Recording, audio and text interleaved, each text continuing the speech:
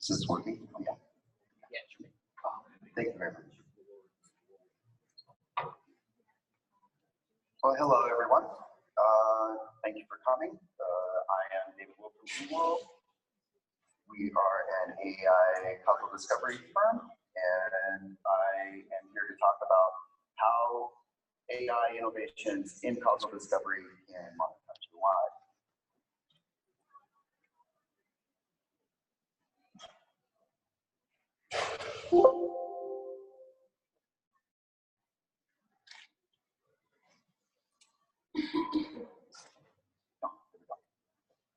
All right, so why am I here? That's a great question. I have worked as a linguist, as a cultural anthropologist, a policy writer, and all of it involving mass amounts of data because this was done internationally. So I see this tool being used not only for this market research industry, but it can go through the political spectrum, public policy, and things like that. So as this technology and as these technologies innovate through the various providers, this will be a game changer. So as we all know, for causation to hold, the old adage of, can we guess the causal relation as temperature rises, sales of ice cream goes up, does that cause the number of drownings to go up? And as we can see, there's really no causal relationship between the sales of ice cream and drowning, but there is a causal relationship between the temperature of the day as it rises. People will eat more ice cream, but also more people will swim. So obviously, people unfortunately will drown. So this is a study that a Japanese brand was doing, and they were a laundry detergent, and they wanted to know why people were buying their brand. So obviously, they have all their target factors, and so when you're doing causal relation, obviously you need to have these target factors in order to really find out the nuance and also the connections and motions between it. So to determine the root cause from the data, obviously you're wanting to find out why someone is buying your product, but you're also looking for the root cause, but the root cause also has other factors that will tie into that. So the number one reason why consumers were buying the stain cleaning was stain cleaning experience, and this was an incredible aha moment for this brand because this was not something they were looking at because it was almost too simple and too basic. But based on all the other causal relationships that they were looking at, they were now able to conduct a strategy in which they could do packaging, pricing, and put it all in, but they could tie it all back into the stain cleaning experience, which their advertising and promotions can apply this knowledge. They can design new products utilizing these factors, and these WHYs from the data can directly contribute to their product. So why don't more people use causal analysis? Well, we know what causal analysis is, or most of the people from market research do. So how many factors can two do? Obviously, A causes B, B causes A, but there's no causal relationship between A and B. And what this is based on is a mathematic theorem from Dr. Judea Pearl from UCLA, where he is taking out equals. So A equals B. Rather than looking at A equals, we're looking at A causes B and B causes A. So how many combinations of relations exist between three factors if we have it? There's three pairs. There's three relations between each. So obviously 3 cubed and 27. So there's 27 possible relations. Take that a step further. If you have four factors, that number goes to 729. If you have 5, 59,000. 6 is 14 million. And as you can see, if you went all the way out to 14, you have a number that is essentially not quantifiable. So how is the question of why currently answered through correlation methodology?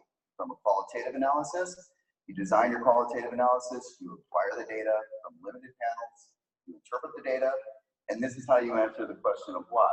However, through these methodologies, it doesn't actually provide the actual why, so we're still kind of in a guessing game. The same with quantitative. You're going to design surveys, you're going to acquire the data, you analyze that data through your statistical methodologies, and based on domain knowledge, you guess that causality. Your hypothesis, which might be the cause for the target, but it still can be elusive, so you have to continually test that hypothesis by statistical method and error.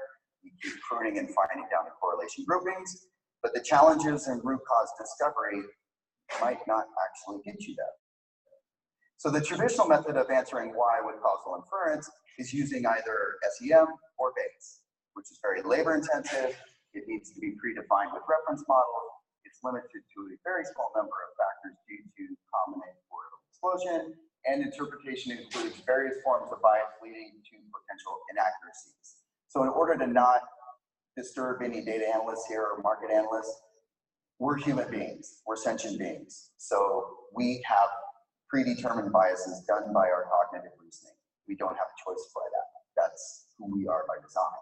So this is why making AI causal discovery can help eliminate those and then allow data scientists, market researchers to better ascertain what they're looking at. So the AI innovations in causal discovery and analysis will disrupt the industry based on these basic points. The new method for causal analysis is based on a relatively new algorithm, linear non-Gaussian acyclic causal models, or LINGO, which was originally proposed by Professor Shimizu of Shiga University in Japan. This will create a directed acyclic graph, or what we call a DAG, and from data only that has the highest mixed information criteria, or a MIC score, which you all are probably familiar with. And it uses an A-star algorithm to reduce the search space of all the different DAGs more quicker and more accurately. So in comparison with manual learning, which is the traditional method, and the new method of causal analysis with manual learning, everything has to be on repeat as we prove, as we correlate, as we do these things. With the new machine learning, you will not have to do modeling. You can find the path and pruning with suboptimal criteria, total causal effects, and the storytelling with simulation and prediction, meaning that your strategy and data teams will be able to spend more of their time working together at finding the different causal relationships and planning multiple strategies rather than having to go through the labor-intensive methodologies. The result of the new methodology is it uses observable data such as individual level sales data, call center data, etc. It will break down the root cause findings within your survey data. It will minimize the bias in the various methodologies commonly found in correlation analysis. So if you are an analyst, you know that your strategy team is like, have you started my analysis yet? Have you started my analysis yet? And it's really putting pressure, so it forces people to really rush to work. Where it's at with AI technology now is the AI can process up to 200 factors and 20,000 samples within 24 hours. Now, if you think of that from a data analysis point of view, that's cutting your time down quite a bit, and you're able to spend more time working with your teams, and it does not need any domain knowledge, and it does not need any experimental setup. So how to discover the causal structure is with the DAG, and that is what this is. So you're looking at your target, your recommendation, and you can see all the motion flows from the different factors that are brought in. So as you see, there's different factors. You have the weighted scales over on the side there, so you can find out which ones are better, which ones are not so much, but it helps you really be able to delineate your strategies. You also have a data fit, so you have your RIMSI, you have your SMSR, you can do the binary, numerical, and target, so you have a better idea on what it is that you're looking at. The results of this new methodology is that it uses observable data. Sorry about that. So here's a very, very important part within it. The new AI technologies are based on a sliding scale questionnaire. So in this case, this would have been a SurveyMonkey survey using the slide scale from 0 to 100. You're using the slide bars to collect the continuous variables. And what the AI can do is it will rate the highest scores and then create the correlation that you can see within the different parts. And this is what the causal graph would look like. And as you can see, within factor 1, factor 6 goes in, factor 2 goes to 5, goes to 6, goes to 2, and you can see how they all work out, but you can also see how they're weighted. So that will allow you to have better strategies, finding that target factor variable, having your key factor variables, the causal structure between the variables, meaning the causal structure is visualized as a path diagram on strengths and weaknesses and causality shown by this regression coefficient. And then you have your impact objective variable for the total causal effect. And if you look at that, yes, that says 0.54. So you start to understand that some things are not getting as close as you might think, but it does give you better strategies. And so you can have these group of factors through the causal structure between the variables. And then finally, you have the model fit indicator with model fit indicators like RIMSI and CFI that are shown. And obviously, the smaller the number, the better. So this is a causal analysis done for. Wow, you want me to do a dance?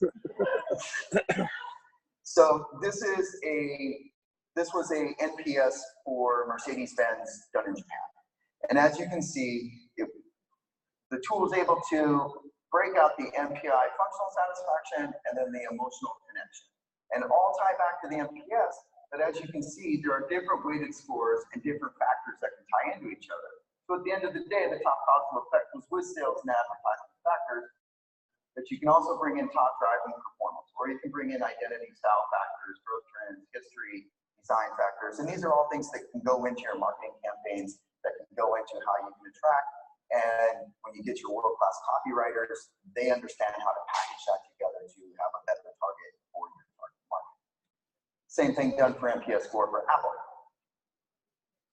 You have your basic function factors, you have your emotional connections, and you have your functional satisfaction.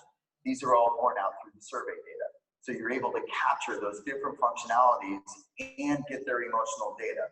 So, like I said before, I work in cultural anthropology. If I could have done this when I'm doing an ethnography, it would have really knocked things out when I'm going to a place like, say, Indonesia, where I'm dealing with 100 different types of people. And so I can get those linkages to those factors. It's the same thing with market research. You're able to break this down, get your key components, and really truly identify what it is and what the strategy is that is best for you. Now, I wanted to show you one where this is 69 questions on a brand, like basically Toyota's brand recommendations, and this is 69 questions. They're looking for the 14 top key factors out of those 69 questions. As you can see with the DAG, there is a lot going on. So it will take training of data scientists to understand how the DAG works, how the weight works, how they can get these causal functionalities. But they're looking for 4 key factors. We all know that this is very, very challenging, but with the AI innovations, we can really bring this down, and you can get it based on those, on what questions are linked in, so we can go back. You can see how the questions are tied in here. You can see how they work, but then how they're weighted. And so now you have all your key factors and the causality relationship between them, providing true causal discovery.